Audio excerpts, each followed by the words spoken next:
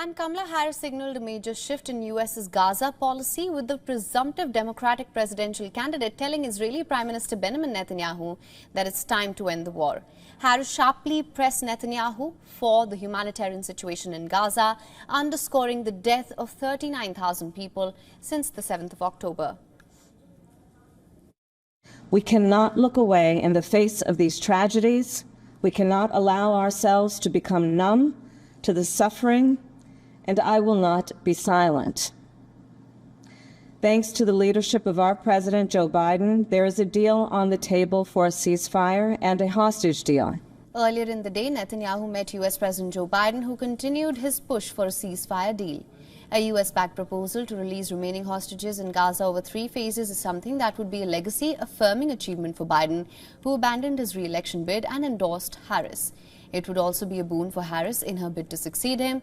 While Biden did not make any substantive remark post the meeting, White House National Security spokesperson John Kirby said the gaps can be closed. There are gaps that remain, and our team continues to work with our counterparts in the region to see if we can't close those gaps. We believe that they are of a nature where they can be closed and that we can achieve a deal. But it's going to require, as it always does, some leadership, some compromise, and an effort to get there. The President will be reaffirming for Prime Minister Netanyahu that he believes we need to get there, and we need to get there soon. Meanwhile, mass demonstrations took place outside the White House. Demonstrators carried an effigy of the Israeli Prime Minister with blood on his hands.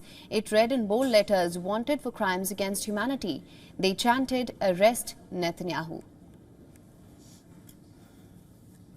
Secretary of State Anthony Blinken and moral agenda in the support.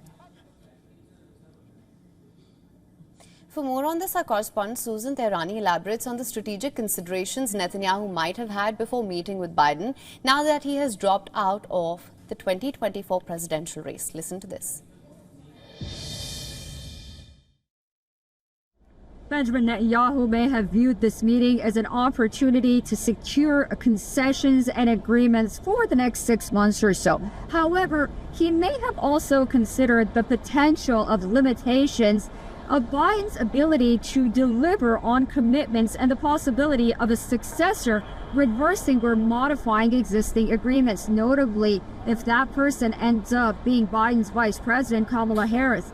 Meanwhile, Netanyahu must balance his own domestic political considerations, as his meeting with a lame-duck president may also be perceived as a sign of weakness or opportunism by his political opponents, of course. By navigating these complexities, Netanyahu aims to advance Israel's interests while managing the uncertainties of a transitional period in U.S. politics.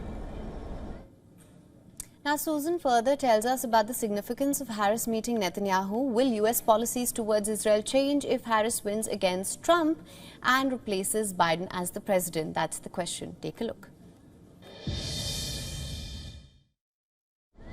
Kamala Harris's meeting with Benjamin Netanyahu is seen as being crucial, especially after President Joe Biden's decision to not seek re-election and endorse Harris.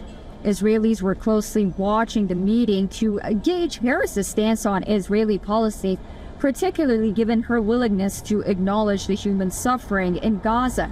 The meeting also indicated how Harris would approach the Israeli-Palestinian conflict if she became president, and whether she will maintain or shift current U.S. policy toward Israel. For latest news, download the WION app and subscribe to our YouTube channel.